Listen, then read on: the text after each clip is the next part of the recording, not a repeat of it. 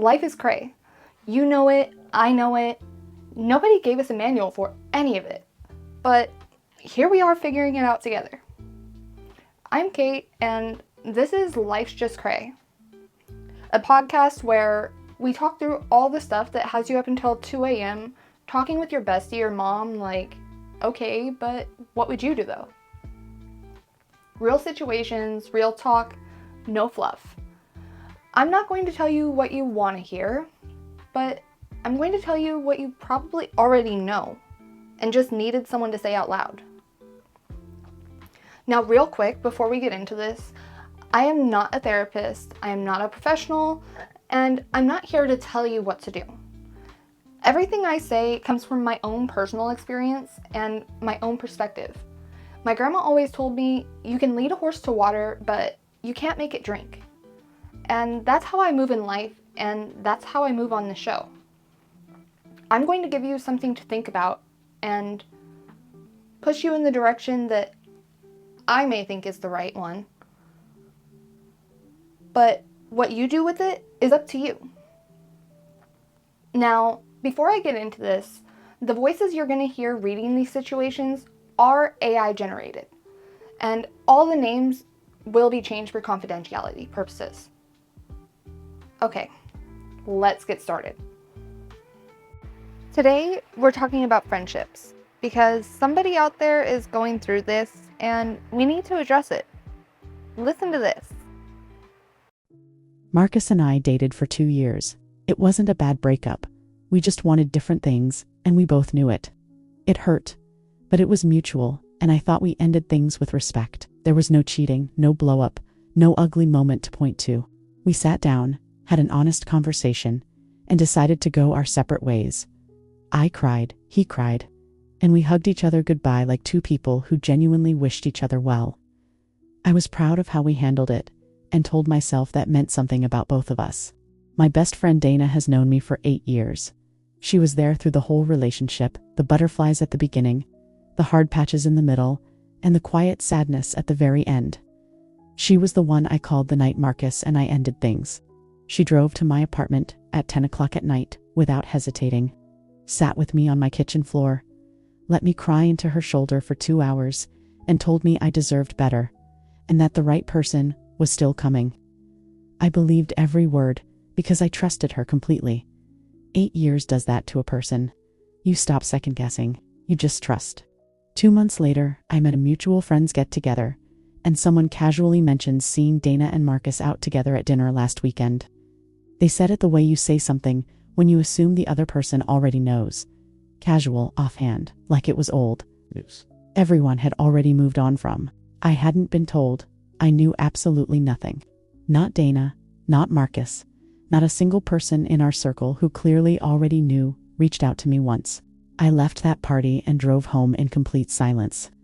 I couldn't even process what I was feeling. 8 years of friendship, and she sat on my kitchen floor with me while I cried over this man. 2 months later, she is out at dinner with him, and I am finding out like a stranger in a room full of people. I had to hold my face together long enough to get to my car. She texted me the next morning like nothing had happened, just a regular checking in message like it was any other day. I have not responded. I keep picking up my phone and putting it back down because I genuinely do not know what to say to someone who made me feel like I was the very last person to know my own story. I don't know if I have the right to be upset about who she dates, but I do know that 8 years should have been worth a phone call before I found out in a room full of people. First off, yes. Dana has been your best friend for 8 years, and she absolutely should have come to you directly instead of you finding out the way you did. That part is up for no debate. After 8 years, you deserve to hear it from her, and the fact that you didn't is saying something worth addressing. That conversation needs to happen. But here's why I want you to slow down before you spiral. When exactly would have been the right time for her to tell you? Think about that honestly for a second. 2 months after a breakup is still really close. And if Dana had come to you after a week, after you and Marcus ended things and said, hey, I think I may have feelings for him, how would that have landed? Would you have been ready to hear that? Because for a lot of people, the answer is no. Is it possible that she and Marcus were both trying to figure out the right moment to say something, and the longer they waited, the harder it became to find that moment? Sometimes people delay the hard conversation not because they don't care about you, but because they care too much and don't know how it's going to hurt you, or if it will. And here's something else I need you to sit with. You said yourself that Marcus and you ended things mutually. No hard feelings, different personalities, different paths, different lives that just didn't align the way you both hoped that it would. And maybe his life and Dana's life do align. Maybe whatever didn't work with you and Marcus is exactly what works between the two of them. And that's not betrayal of you. That's just life finding its way where it's supposed to go. But here's the question no one seems to be asking. Do you actually know if they're dating? Because you said someone mentioned seeing them out together at dinner. People go out to eat together all the time, especially when you've been in the same friend circle for years. Half the time, no one thinks twice about it. And the other half, everyone assumes the worst. Was it a date? Or were they just two people who've known each other just grabbing a meal? Because that answer changes everything about how you approach this conversation. Go tell Dana and tell her honestly how it felt to find out from someone else instead of her. Give her the chance to explain and ask her directly what's going on. Because right now, you're carrying a story that you built from one offhand comment at a party, and you deserve the real version before you make any decisions about this friendship. 8 years is worth one honest conversation.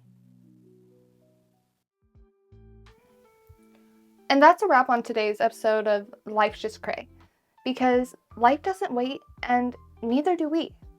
If you're not already following, make sure you hit that follow button wherever you listen to your podcasts, and leave us a comment on your thoughts.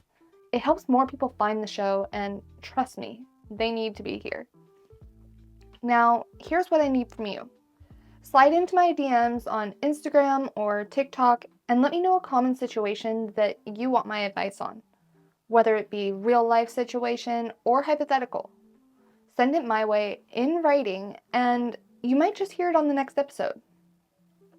And remember, just because I've said this advice doesn't mean that you have to take it. You're the maker of your own decisions, but you must be willing to deal with consequences of your actions if there's any. Have a good one.